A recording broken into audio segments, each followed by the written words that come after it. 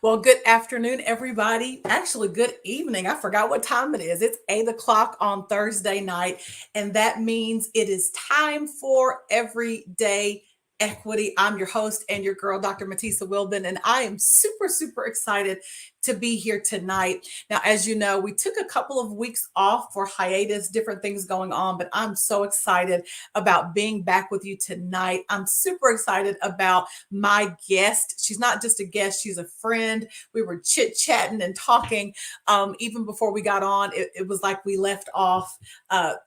I'll have to tell you about that in just a second. But before I tell you about her, I need you to do me a favor. I need you to share this post, tag somebody, let them know we are having an amazing conversation.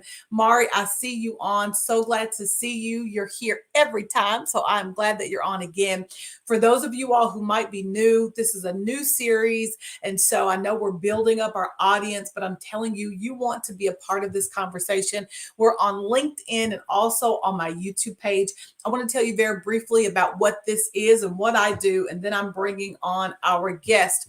So among other things, I'm a sociologist, and I do diversity, equity, and inclusion work, traveling the country, working with educational institutions, with nonprofits, also the faith community, dealing with diversity, equity, and inclusion. And one of the things that I hear all the time is, well, we want to be more aware of the problem. We have good intentions, but usually, at least from my experiences, that doesn't always translate into action, right? A lot of people have great intentions, but little impact.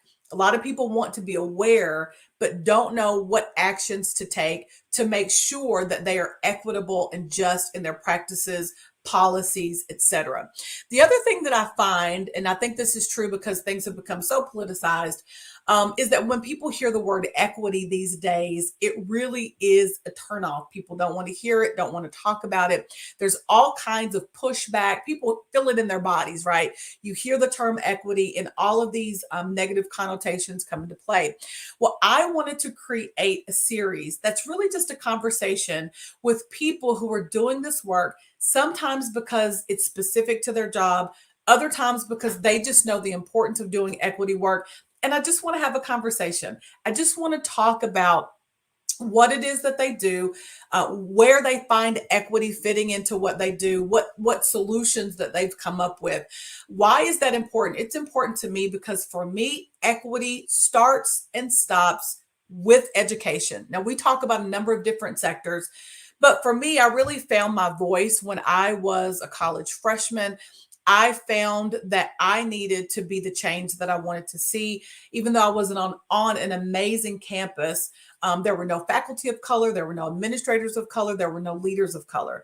And so I decided that I would step in, my peers and me, so it wasn't just me, and we advocated for some things on campus. What I found was that it was really easy to do programs, not as easy to change policies.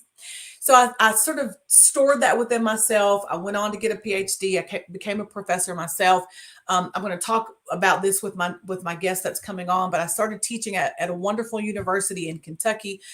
And again, found myself in a similar situation. I was a faculty member, but there were some things that I wanted to see. So I did my best to step in and try to be the change that I wanted to see, being on faculty council, doing a lot of different things on campus. And I think for the campus that I attended as an undergrad and also the one where I was teaching, both of those universities have made wonderful strides, have done so much better in terms of DEI. But with everything, there needs to be more happening. And so again, I wanted to create this series and talk to people across a lot of different sectors, particularly in higher education, though, just to have a conversation to see what's going on in their world and what difference they're making. So with that, I'm so honored and excited to bring tonight's guest, my friend, Dr. Patricia Carver. I'm going to bring her on now, and I want you all to just welcome her in the comments. Yay, welcome. I wish I had some clapping hands. Oh, How are you tonight? I'm doing great. Thank you so much. And thank you for your work and all the things that you do. You've made a big difference in people's lives. You may not realize that, but you really have. And so thank you for all that you do and this program and just spreading the word. Thank you so much. So So Pat and I met. Is it okay to call you Pat? Yeah, yeah, Okay. So definitely. Pat and I met years ago when I was we were both at Bellarmine. I think you were there before me, right? What year did you go to Bellarmine? I started 2001. Oh yeah, you were there. So I came in 2006. So Yeah, Pat took me under her wing. I mean, I could tell you stories. Took me to her amazing house. Oh my gosh, I wanted it to be my house. Introduced me to her family. So I just felt like family. Um, and the thing that I've always loved about you, Pat, is number one, you put your money where your mouth is. And I'll say more about that. But you were always somebody that I looked forward to seeing on campus. I loved hearing your ideas. I loved the work that you were doing. So you were in the business school, and I mhm, was in the College of Arts and Sciences. But because we were on, and you're still there at Bellarmine, a PWI, so for those who right. don't know, predominantly white institution, when we would see each other at meetings or whatever else, we were just gravitating towards each other because you see somebody that looks like you and you're like, hey. Exactly. Yeah, so true, so true. Yeah. So even though we were in different schools, we were always together and got to spend a lot of time and have some conversation. So what I really wanted to start with, Pat, if you don't mind, I kind of shared a little bit about my equity story. Tell us what your equity story is. Why is equity important? Because you were a CPA, you had a whole life before Yeah, even teaching, but right. why is that important to you?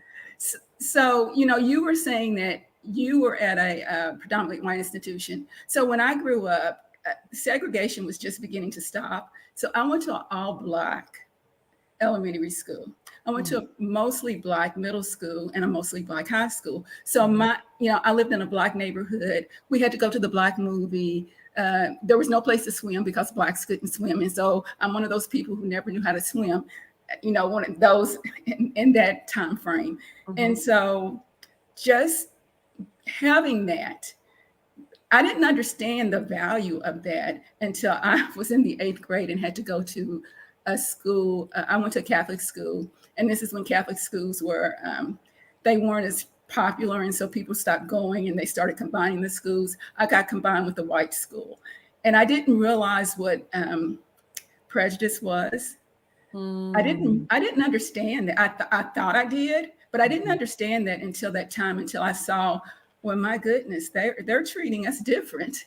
mhm, Every time mhm, someone gets in trouble with somebody of my color, or you could just tell the difference between the way the teachers treated the Black students versus treating the white students. And so having that made me realize, well, good grief, there's something going on with this. And then even going on to college, just the difference of how you're treated. And mhm, I'm a boomer, so mhm, I'm a mhm, little bit older, mhm, but just to see the difference in how people were treated, how the expectations were. You were expected to be a teacher if you went to college, mhm, um, and and so just the things about, so me being a CPA, getting a degree in accounting was mhm, number one. That was a white male career. mhm, Now it's a little bit different, but when I started, it was. And so when I would step in the room and be the CPA or be the accountant, no one would believe that. They always thought it was someone else in the room and never me, because I didn't look like the accountant. So that part of being, even I used to do audits, mhm. and they would call my boss to ensure that I was the person that was supposed to be there. I mean, I've Right. had that happen to me more than once. So talking about equity, that's really important. So Mhm, to move further into my career at Bellarmine, when I first started there, um, and it still probably is now, but it was mostly a female population. So 80-20, 30-70, a mhm, percentage wise, more female. mhm, And even with the Black females. And so when we had our Black student union, it was all female. The few Black men that were on campus, they played a sport, and they tended to date the white girls. I mean, just to be quite honest. Yep. And Yep. so, okay, so you know what I mean. Yes. So when I was advisor for the Black Student Union, it was all female for the most part. And I can't remember this. You may not have been there yet. So one of the things you do is have the females come. It was just us. So we would have overnighters, and it was Okay. really nice, us and one of the things that the women would say is, we don't have anybody to date. And you don't, and you think, well, really? I mean, you think that's not a big deal, but you go to college for 4 years and not have anyone to find you attractive, to ask you for a date, to ask you out. That is a very big deal. Can I stop you for just one second? Sure. So I want to stop you because number one, that's a little triggering. Okay. Let me just stop for a minute. Let me pause because that was my experience. Yeah. And what I'm so appreciative that you even brought that up, because I was even reflecting on my own 4-year experience at a PWI. I got a great academic education, but this is what I tell people. The people that I went to school with, most of the people of color, they're not coming back as alumni. They're not giving. They're not connected to the community. I remember I went back to homecoming. The last time I went back to homecoming was because I was getting an award. Yeah. I hadn't been in years before. And it's not because it wasn't a great school, but the connection was not there for me for the reasons that you're talking about. There was a separation. And then to your point, the whole point of college is, or a big part of it is the social aspect. And you miss a lot of what you're supposed to be learning as a young woman, learning, from my perspective, learning to date, learning all of those different nuances.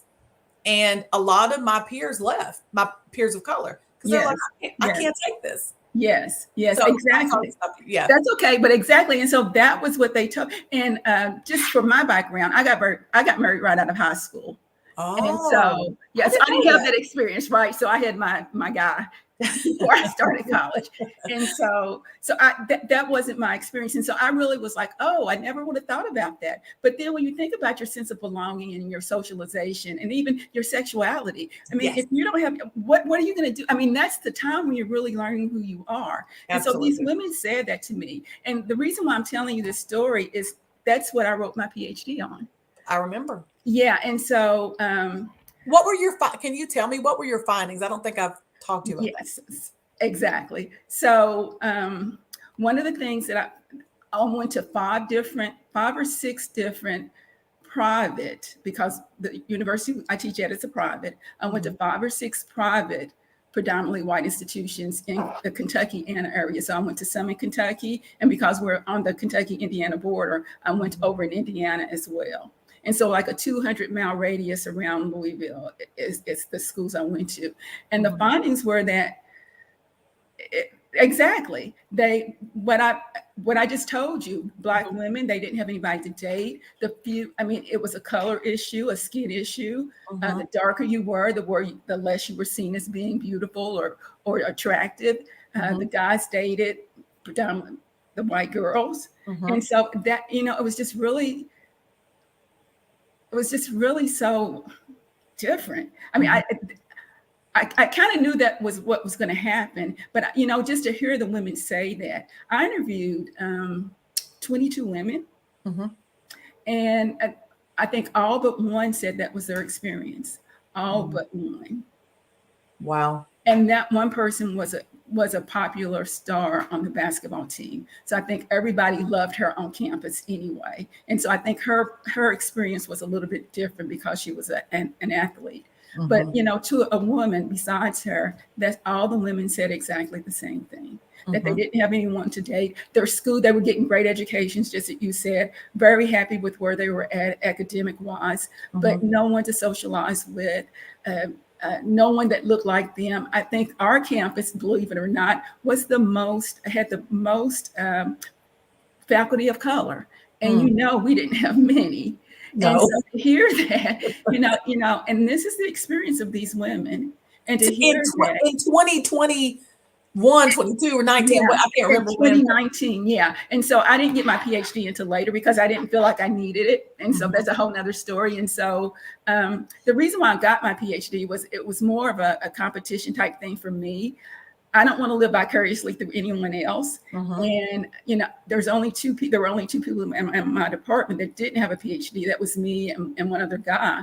And it wasn't that I felt like I needed one. It was just the fact that, if they can do it, I can do it too. Well, that's what I said. You put your money where your mouth is, honey. I remember that whole experience. I wasn't I think you were finishing by the time I was leaving, Right, but I right. just remember thinking, this woman is amazing. Like, because, and I wanted to ask you, I don't want to get too deep into it because I know you're going to say whatever you want to say. Okay. Um, but two questions. One is, I hear a lot of people, you're a business, you had Mhm, CPA, mhm, PhD, you're a mhm, business professor. mhm. Why was equity important for you? Because I hear a lot of people say, "Oh, I'm a chemistry professor. This isn't my area," or Oh my God, I hear that so much all the time. You know what? We're Black no matter where we're at. We're that's people right. of color no matter where. I mean, whether we're in the business school, and we have to deal with this. And that's what I tell my students too, that I teach this in my business courses.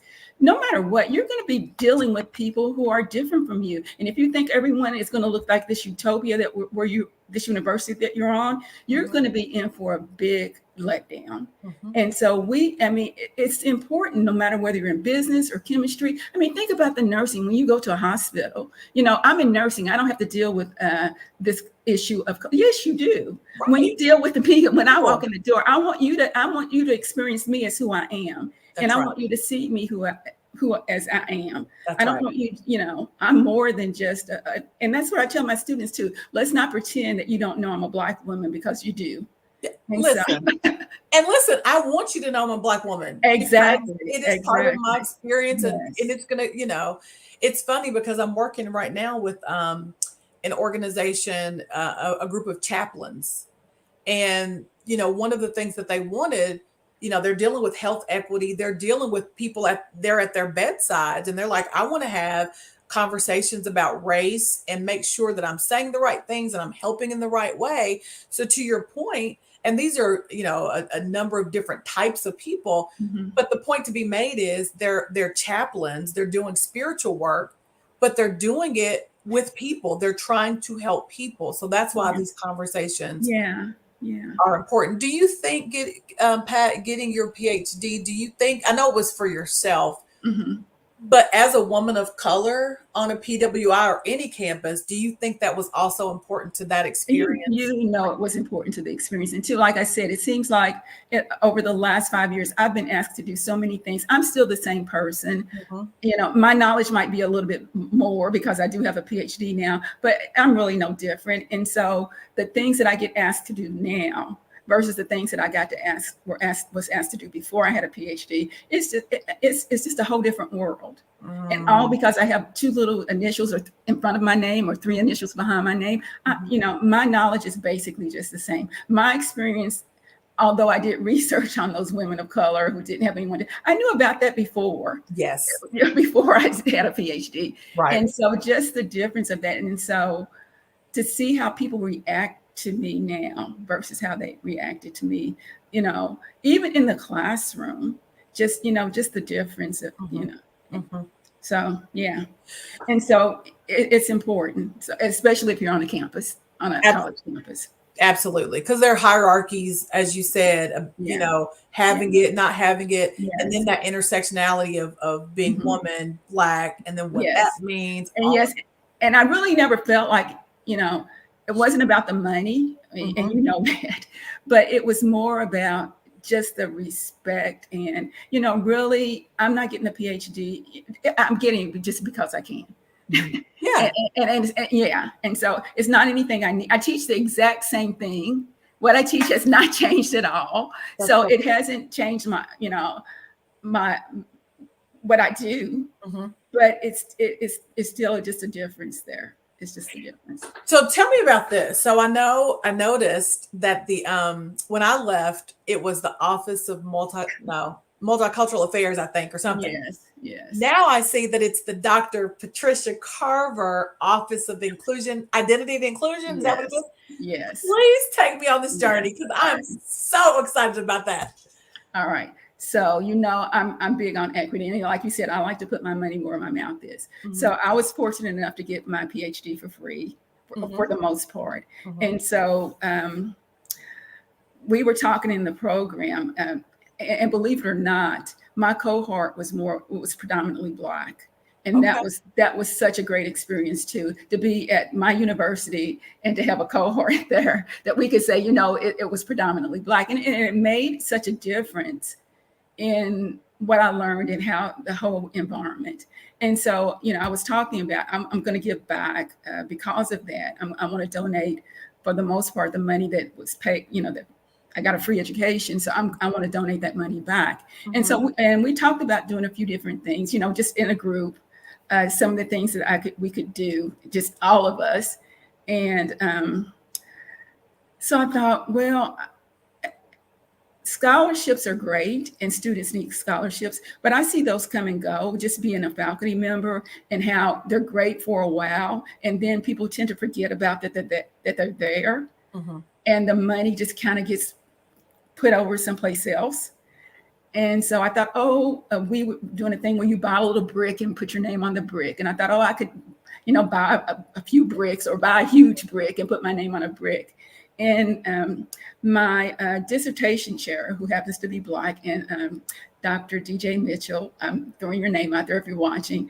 I love him to death. And he and the person over the Office of Identity and Inclusion at the time, mm-hmm. they took me to dinner and they had this conversation with me about, if you're going to donate this money, how about you donating it to our office? And I thought, well, why didn't I think about that? That's the best place for my money to go. Mm-hmm. And so we started, brainstorming about it. And one of the things that, we knew we needed to expand. Have you seen it? No, I can't wait to. Yeah. Right. Great. And so it's, where I'm explaining this to you, that I'm sure most of your audience doesn't, but it's where the ministry's office used to be. Yes. But it's a very small area. Mm-hmm. And so one of the things that I asked for, if I'm going to donate this money, we need to expand it out. So we got to take a classroom. What? Yeah. So that was part of the deal. If I donate this money, then you have to release a classroom for the space. The classroom right behind it? Yes. Okay. Yeah. And so, and then we bought new furniture and remodeled in there. And so it's just really great. And you know what? We've outgrown it. We have outgrown that space. And so now we're thinking about what to, I don't know if I have enough money to do what we need to do, but we need a capital campaign because we have outgrown that space. So what is the space used for? The students are in there. I can walk in there anytime, and there's always students. It's just there. It's a comfort place for the students. It gives them that sense. We talked about that sense of belonging, and it's just there for them. And it's just not Black students. It's Hispanic students and Asian students and East Indian students. And it's when you walk in there, you feel like, oh my God, it's home. I love that so much. Yeah.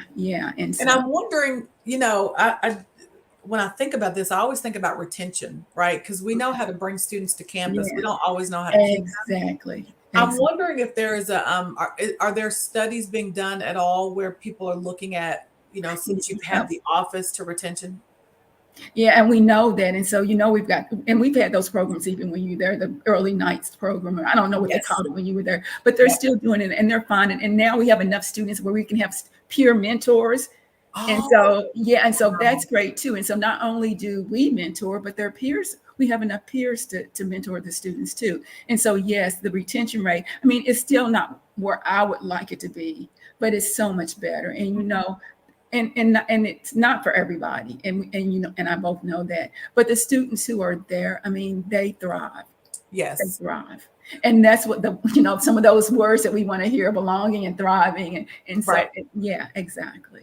But the thing that I love about it, because another reason why I wanted to do this show is because I really believe that we all can play a role in equity, right? You don't have to, and you're proving that. That's why I was like, you are the perfect guest, because, whether people have money to actually build an office or not, that's not the point. The point is to see a problem and to become a solution. Mm-hmm. And you don't have, you weren't in the Office of Multicultural Affairs or whatever it was called.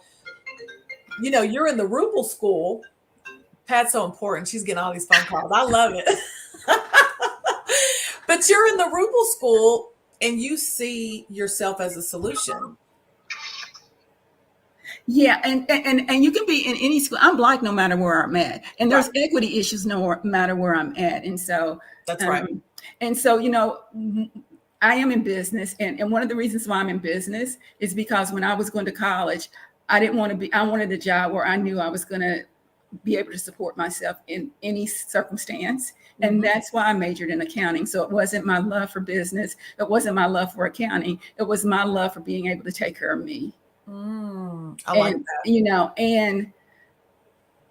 And I want to show my daughter and my granddaughters that they can be whomever they want to be, and they can do whatever they want to do. Yep. And so well, I was going to say, based on our conversation before, clearly that message is that message was received loud and clear. Exactly. Very well. Yes. And so, but that's important. I mean, we need role models. My mom barely had a third grade education. My mom could write her name. She could read, but she could only write her name. And so, I mean, when you look at that, she raised 8 children beautifully. But I mean, but she did not have an education, but she ensured that we had the foundation to have that education. And I feel like I owe that to her.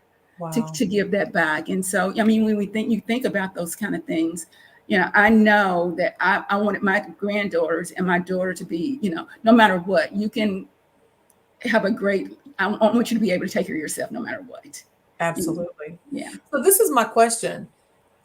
Do you think there is a role for, who people will call allies or accomplices, right? Because we talk about being people of color, and we're going to jump in there. I mean, as a sociologist, it was natural for me, but at the same time, I had a lot of other work as well, but I wanted to make sure that I was helping. And like you said, I'm Black wherever I go, and I understand that experience.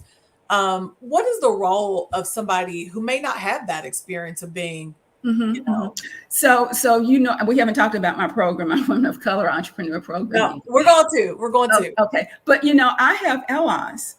I could not do that program without large companies who were willing to jump in and donate money specifically for that program. Pat, this is where we want our dollars to go.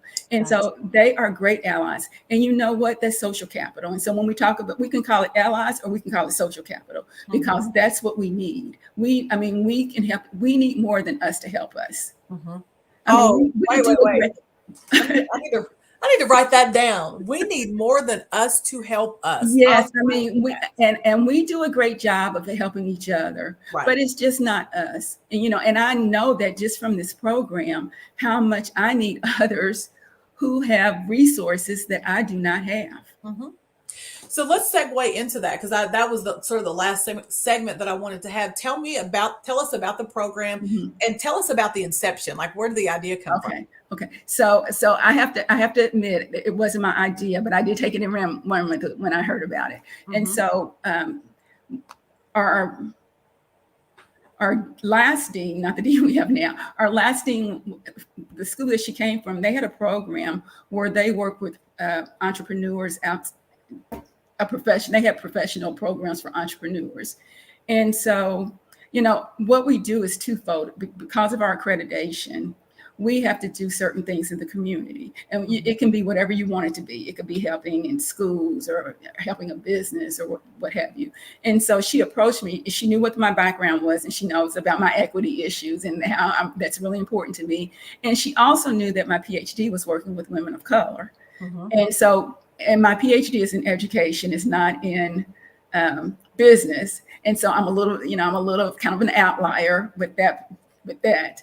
And so because of that, she approached me and she said, we did this program at my old school where we would have women of color entrepreneurs. And they didn't have to have a degree. They just had to be in business. We would do cohort. We put a cohort together, and we would do these different programs, like one in leadership and one in finance and one in marketing, just to help women who, just to give them a leg up.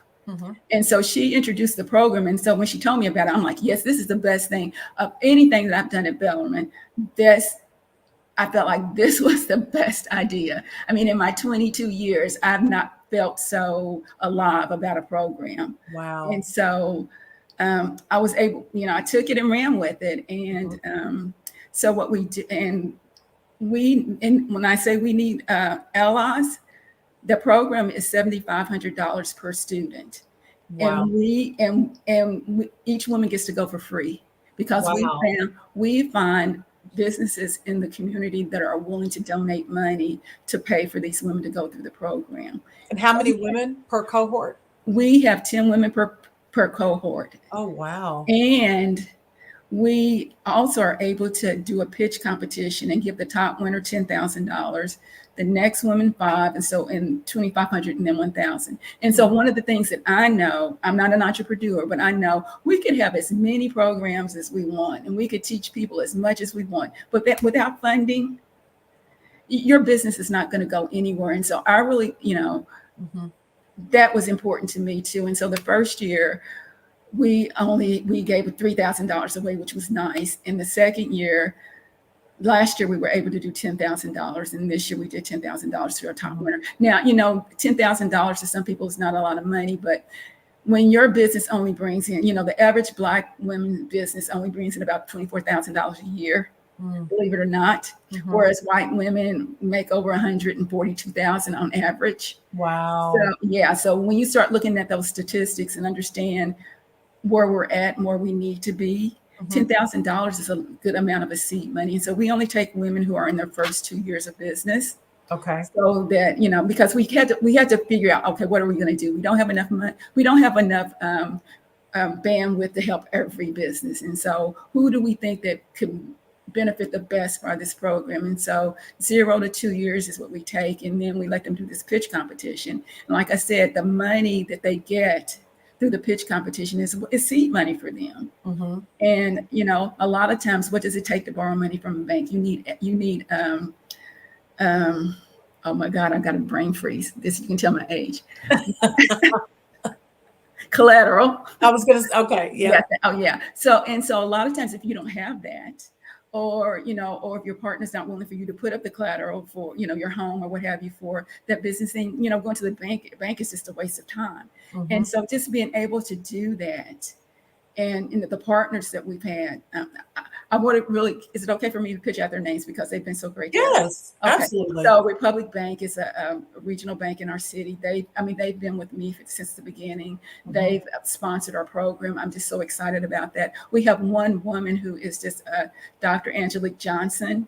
Yes, I know her. Yes, great. She is on our Rubel School board, and she wanted her money to go toward. She was really the one who came up with the pitch idea. So thanks, Angelica. Dr. Johnson, I really appreciate you for that. And then we've gotten a new partner, Bayard, who this year said, Pat, I want to sponsor the whole pitch. I want to do everything. Wow. Yeah, and so those are the kind of people, those are the kind of partners that I need. Because believe me, I don't have that kind of money to and I wish I did, but I don't, for it to be ongoing. And so we just don't want to do this for 1 year and then to stop. We want this to be ongoing so that we can continue to help women of color, not just Black women, but all women of color in our community who are trying to get a leg up. And like I said, when you look at the statistics and you know that we make about 0.01% of all earnings of entrepreneurs, then there's something that needs to change. Or, Absolutely. When we're only 2% of entrepreneurs in this city, and that's Black, that's just not women, that's Black in general. So, and so that makes women even less. And women entrepreneurs Black women entrepreneurs even make less money than Black men entrepreneurs. So when you start looking at all these different statistics and you understand, you see all of this, you go, well, you know what? We need to do this. Yes. We need to do this. And so, the school does it because of our accreditation, which, great, but I do it because of equity. Yes. Yeah. And I was going to say, first of all, that's phenomenal. If you were in the Louisville area, and in a minute, I'd love for you to maybe talk about a couple of the businesses that you've been able to sort of seed and all of that. But when you were talking about even the allyship within the community, the thing that I love is, I have this crazy idea that if we were to see each other as neighbors, that would make us more willing to be equitable. I was thinking back to when I was young. I grew up in Appalachia, poor, blah, blah, blah. But literally, you could go next door to a neighbor and at that time say, hey, do you have any sugar? And nobody said, oh, you're privileged or you're not, or Right. you know what I'm saying? Like, why Right. should I give you sugar? You Right. know, we saw Right. each other as neighbors Right. and we were helping. So when you were talking about the allyship in the community, I thought, what a stronger community it is when organizations and companies and others become allies to help these other, you Right. know, Right. these other companies get off the ground. Like Mhm. Mhm.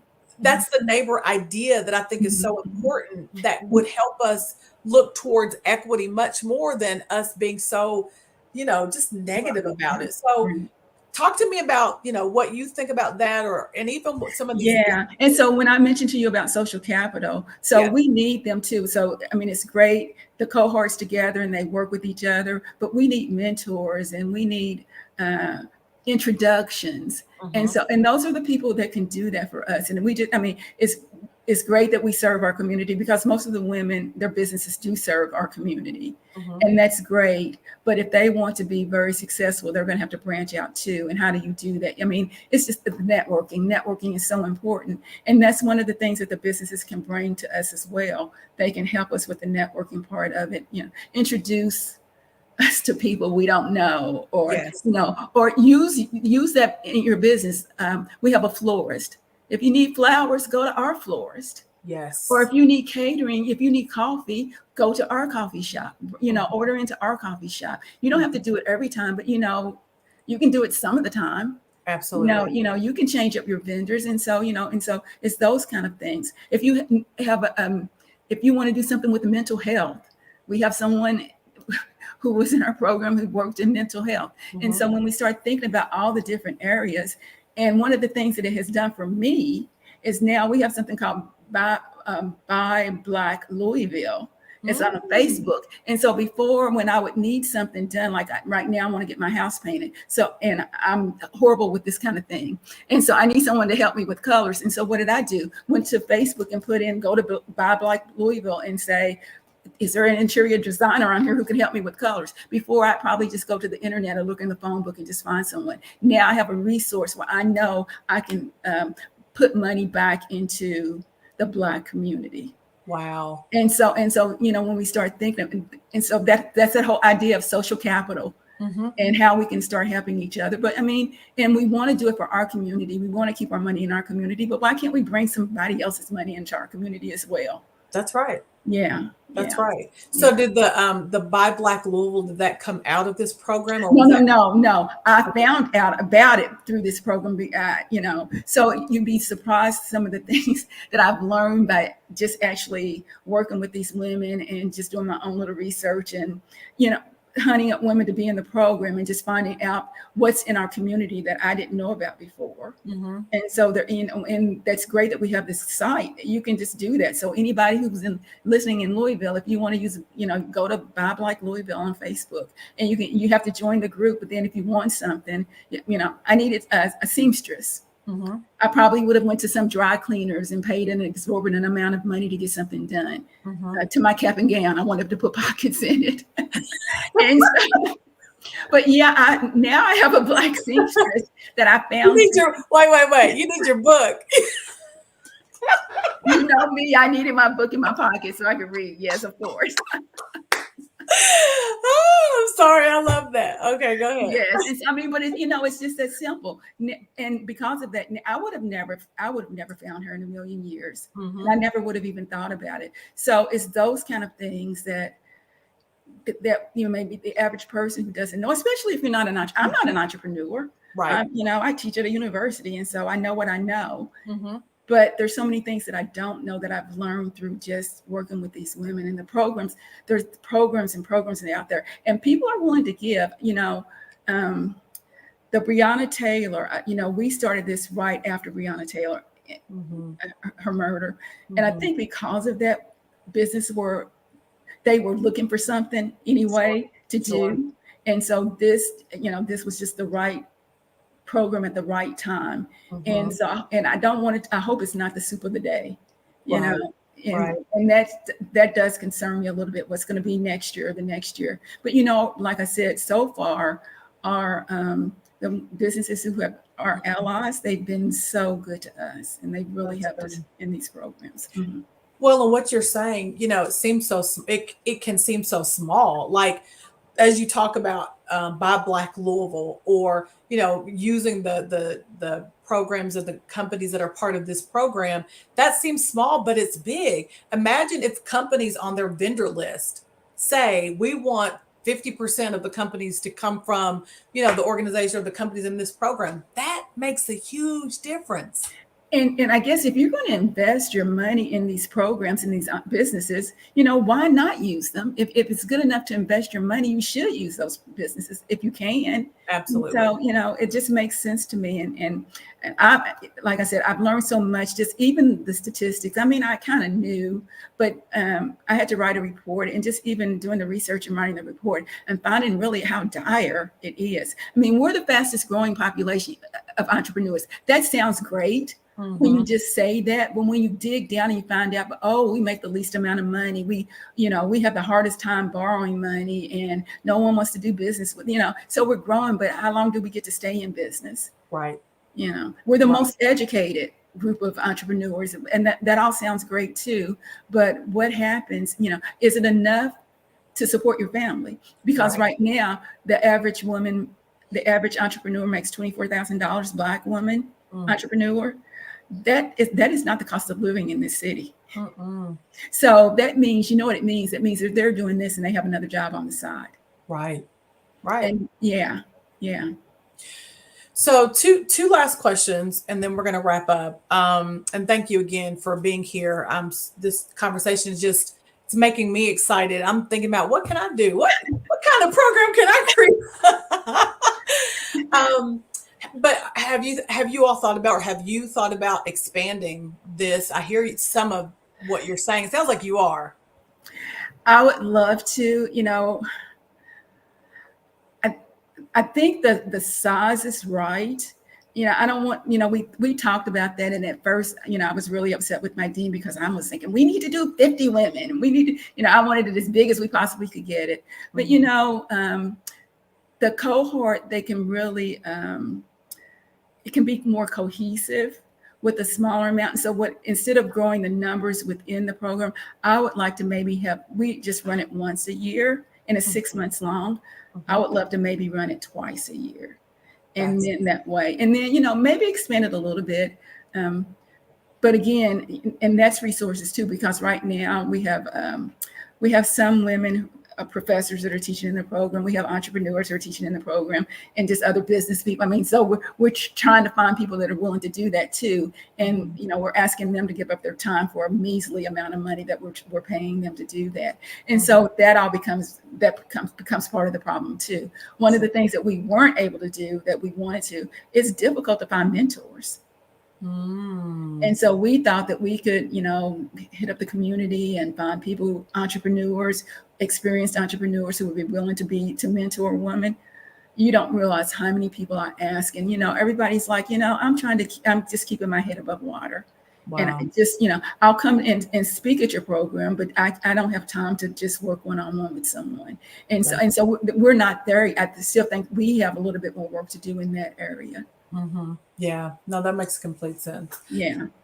So my last question is, we've spent this 45 minutes or however long it's been, and you've talked about your journey, and you can see threads, of course, of your own equity story, your education, why you became a CPA, and how that connects to your mom's story, right? Yeah. I love sort of the throughway, and then how it connects to your own daughter and your granddaughters, and now the programs, your PhD, the work that you did there, like it all connects to your own story. Yeah.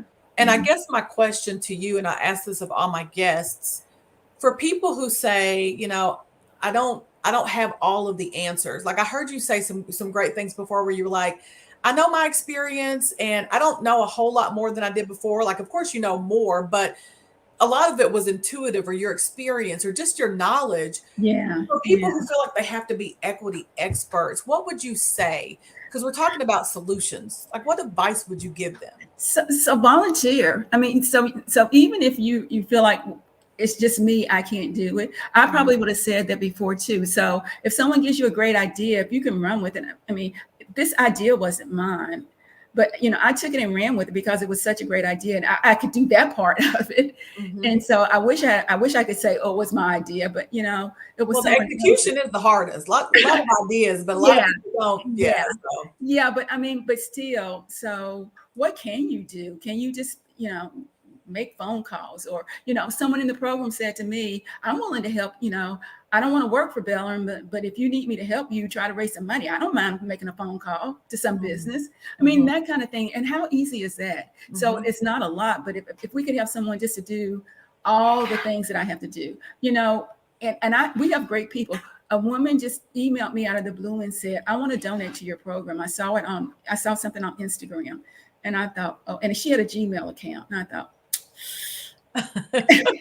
and so I emailed her back. Of course, I'm going to email her back. And I said, why don't we just have a Zoom meeting? And she's like, sure. And so we met, and I explained to her about the program. And she said, oh, I want to give you $15,000. wow. Out of the blue. Come on, Gmail account. Out of the blue. And so, she probably said, I can't, and we've invited her to do things. And she's like, I just want to help. I don't want to be a part of your program necessarily. I don't want to, I don't need a big name. I just feel like that I've got something that I can give and help. So, she had $15,000. Somebody else had $5. We'll take whatever, or, just it could just be an encouraging word. Your program's great. Put something on the LinkedIn page where my school can see that, to see that the program is worthy to keep. Wow. And that's important too. So that's part of equity. We have some naysayers too, who feel like there shouldn't be programs for segmented people. Sure. And so, but if we have people to counteract that on LinkedIn by saying your program is great, thank you for what you're doing in the community, that's equity. So it doesn't have to be anything huge. It doesn't have to be anything, just do what you can do. I mean, just jump in. Oh, that's so good. So good. Yeah. Well, listen, I don't know, it's not a big solution, but I'm willing to meet you where you are. No, and I think what you're saying is exactly my heart's sentiment. And I love, really the last look, DJ's on. Oh, hey there, Dr. Mitchell. Good to see you. We were talking about you earlier, Pat was. So glad that you're on. I'm hoping that people will even come on and watch this replay later, because this conversation has been so rich.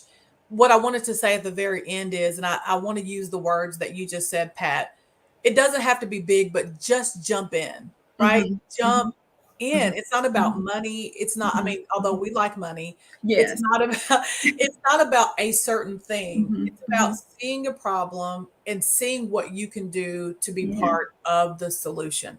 Everyday equity is, I believe, if we do something intentionally, incrementally, every day, whether that's making a phone call, whether that's, talking to someone, if we see something crazy happening at a store, stepping in, if we do something like that every day, I think we're going to make a world of difference. So Pat, thank you. So I'm going to leave you with this, something my uncle said. My uncle used to, I'm Catholic, but my uncle was holiness. Yes. And he would always say to us, quit professing and start processing. Oh, I like that. So quit talking and start moving. Yes. Yes, he would always say that. I'm like, yeah, I can't use it at my church. I don't think anybody would pay attention to it, but okay. But I loved it every time. I still think about when he would say that. It's so good. It's so good. And that's, again, we're moving from awareness to action, from intention to impact. We gotta do something to make a difference. So Dr. Carver, thank you so much. It's really been a joy. Thank you. For all of you all watching now or who will watch the replay, share this. Tag somebody. Somebody needs to hear this conversation, because we're going to make a difference together. And I believe if we do this every single day, we're going to move closer to equity, closer rather than we are right now. I'm going to see you next week, same time. No, next week is Thanksgiving. The following week, same time, same place. See you then. Bye.